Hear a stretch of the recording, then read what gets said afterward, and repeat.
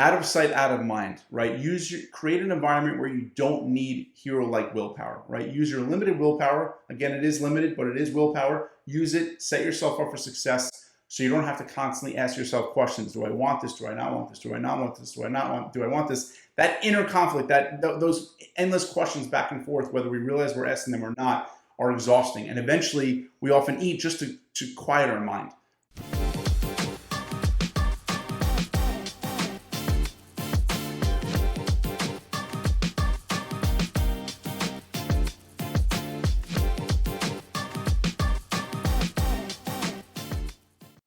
Hey there, Adam. Good to see you again. And as always, how's it going? It's going well. Always good to see you. All right. So thank you. And question of the day today is, how do you achieve satiety? Great question. It And is. I would like to address that with going the opposite. And that would be, how do you feel insatiable? In other words, what do you need to eat in order to feel insatiable? And I think if we start down that path, we'll get the answer you're looking for. All right. I'm game. Lead me down that path. Let's go. All right. So if I wanted to feel insatiable, I would eat highly processed foods that are made in a manufacturing facility, foods that are in packages, foods that are created in a factory, right? So there is no doubt when I eat certain foods, we'll say Oreos, which are my kids' favorite, it's very hard for me to have one or two Oreos. I really want to have a whole line of Oreos. And I feel that, once I start eating them, it's like the floodgates open. I want more and more. Okay. And yeah, I mean, there's a ton of research on this, right? Like these manufactured foods, we know there are people there in laboratories testing them, figuring out ways to make them hyper palatable so that we can't regulate that satiety when we're eating these, right? So, okay, so you're saying the way you feel insatiable is to eat these processed foods, in particular Oreos. Yes? Oreos, Doritos, all these foods that are just, it's the combination of, sugar, salt, fat that overrides our brain's ability to regulate itself, right? Where you can eat endless amounts of it. And even after endless amounts of it, it still doesn't feel like enough. Okay. All right. So you said you were going to answer my question with the answer to your question. So conversely, how do you achieve satiety? Yeah. So we're all in agreement, I think, that is certainly the way to feel satiated. In order to feel satiated, I would focus on eating real, whole, and natural foods. Ultimately, foods that are grown from the ground, they're not processed, they're relatively untouched. Yeah, I mean, for a long time, people have been encouraged to eat whole foods, not processed foods, as often as possible, right? And we understand like everybody has various tastes, likes, dislikes, but it's pretty hard to argue with that science, right? Like our bodies, our brains, they understand whole foods because that's the stuff that nature gave us. So it does make sense. Like I think it's hard to argue against that. But I mean, certainly if anybody out there has an argument against that, I'm all ears because I think this is like a space in science and in health that people are really curious about exploring more. Goodness knows, researchers out there are trying to figure it out. But yeah, I mean, whole foods is kind of where it's at. The body knows what to do with it. The brain knows what to do with it. I know that like when I came off of eating a lot of sweet things in my life and I learned to eat fruit as a source of something sweet, I did find better satiety. It took some time. It took some practice. What about you? Yeah, no doubt. I mean, we only crave unnatural foods in unnatural ways, right? Think about that. Like we're not tempted to go across town usually to get like grilled chicken and vegetables. Like it's usually like those hyper palatable foods that we're thinking irrationally. And I agree, like when you're eating, real whole natural foods or you're eating things like fruit, it really does the trick. The key is, and the tricky part is the more processed foods we eat, sometimes the less we feel like eating the real whole natural foods. And, Yeah. for example, I typically indulge with my kids on the weekends, right? We'll go out for pizza, we'll go out for ice cream. And I find the hardest day of the week for me is on Mondays, the day after I indulge. Because for many people, well, I won't speak for many people, I'll speak for me.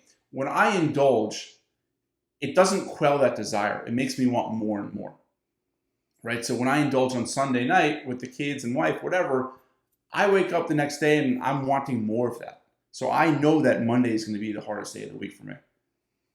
Yeah, it's like feeding a beast, right? I've worked with a lot of clients who have experienced the same thing. And I know myself, if I start feeding that little sugar beast, I'll catch myself like a week later and I'm like, whoa, what is happening here? I find myself in a cycle of cravings and I just know like, okay, we got to get ahead of this.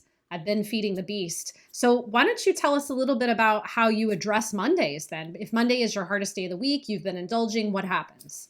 So I plan very specifically what exactly I'm going to eat on Monday. There's no ambiguity. I know exactly what I'm going to eat. I make sure I have my favorite healthy foods around. And that's really helpful because if I get to the point where I'm like, what do I want? That beast is going to, say, hey, eat that, eat that. But if I know exactly what I'm eating, it's a lot easier to choose the food that I know will make me feel best. And that's key for me is I know exactly what I'm going to eat, breakfast through dinner. Okay. Well, here's a question for you. You have your Monday plan. How do you stay focused on that plan, on the foods that you selected for that plan? Well, going with the same theme here of going the inverse here, I would say, how would I make sure I feel irrational? How would I make sure I feel tempted, right? And to me, my definition of a temptation is anything that makes us think irrationally, right? We can feel focused, we could feel good, we can feel strong, and then if you put something in front of me, for example, Oreos or Doritos, or as of late, Girl Scout Thin Mint cookies, suddenly my brain starts thinking, those are really good, and it forgets about my long-term rational mind and it only focuses on now. So starting with the inverse, it would be like, well, I would make sure that I have all my favorite indulgences around. I would make sure that I see them all the time. Every time I go in the kitchen, I would see these chips and cookies and Thin Mints and all that, right? For example, one of my friends' daughters is selling Girl Scout cookies. We ordered a bunch to support her. We got a box in the mail, and the box has been in my office. And for like a week or so, every time I'm walking around, looking around, like in my office, I see the green package of the Thin Mints, like the green box. And every time I see it, I'm having a conversation with myself, whether I realize it or not, do I want these Thin Mints, right? So very simply, I put them in a closet. Now I don't have to see them. Now I don't have to have those conversations. So I would make sure to make myself as irrational as possible. I'd make sure there was tons of temptations around, in the counter, in the pantry, in the refrigerator. So to answer your question, I would remove those out of sight, out of mind. I would try to get rid of as many temptations as possible. If that was not an option, for example, there's certain things my kids love, then I just put them out of sight so I don't have to see them. Okay, so cleaning up the environment for sure, which you said it earlier. You were like, it's a simple thing. It is super simple. Not easy though, right? Like not easy. We can't forget the effect that these types of foods have on us, have on our emotions, have on our pleasure centers, our brains, right? And ultimately our bodies too. So I would encourage people listening to this who want to clean up their environment, do it when you feel your best, right? Like I seriously doubt, Adam, you went into your office at like 9 p.m. last night. You're like, I'm getting rid of those cookies. Right. Like you probably did it at like the height of like, I'm having a good day. Probably, first thing in your day, you're like, all right, let me set the table. Let me clean my environment. Right. And that does make it easier. Still simple and easier to do it when you're feeling confident and, strong going into Totally. it. What you're describing is actually the hot, cold empathy gap, right? So there are times we wake up, usually we feel strong, we feel motivated, we got this. And then later on in the day, we could feel highly irrational, highly tempted. So I think willpower gets a bad rap because it's like, don't rely on willpower. I totally agree. However, we do have limited amounts of willpower, and you can use those limited amounts of willpower to create environments where you don't need willpower later on, right? So to your point, I wake up in the morning, thankfully and typically, I'm not craving Thin Mints or cookies. I'm usually feeling pretty strong. It's in that time where I'm setting my environment up, setting the table to make sure that I don't have to worry about slaying the dragon later on, right? It's always easier to avoid the dragon than it is to slay it. Definitely. All right, so let's wrap this up full circle. I had two questions. The first one was, how do you achieve satiety? And the second one was, how do you stay focused on eating the foods that you know will help you feel that satiety? So to feel satiated, focus on eating real, whole, and natural foods. Embrace my mantra of indulge in healthy, right? If there's something that looks beautiful, a nice piece of fruit or vegetables or a nice potato or a nice piece of meat, go for it. Indulge in healthy. When you eat real, whole, natural foods, you'll find yourself feeling a lot more satiated, and eventually you're going to feel good. You're not going to feel this endless need to keep on eating. Okay. And then the second one, how do you stay focused on that? Out of sight, out of mind, right?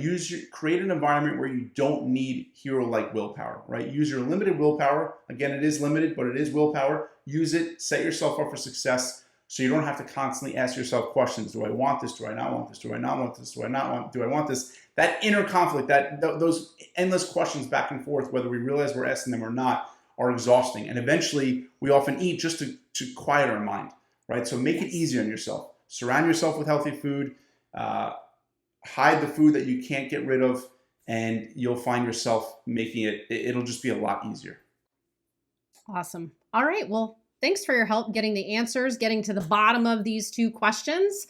If you guys have any further thoughts you'd like to share with us, as always, please email Adam, and we'll look forward to seeing you next time. Take good care.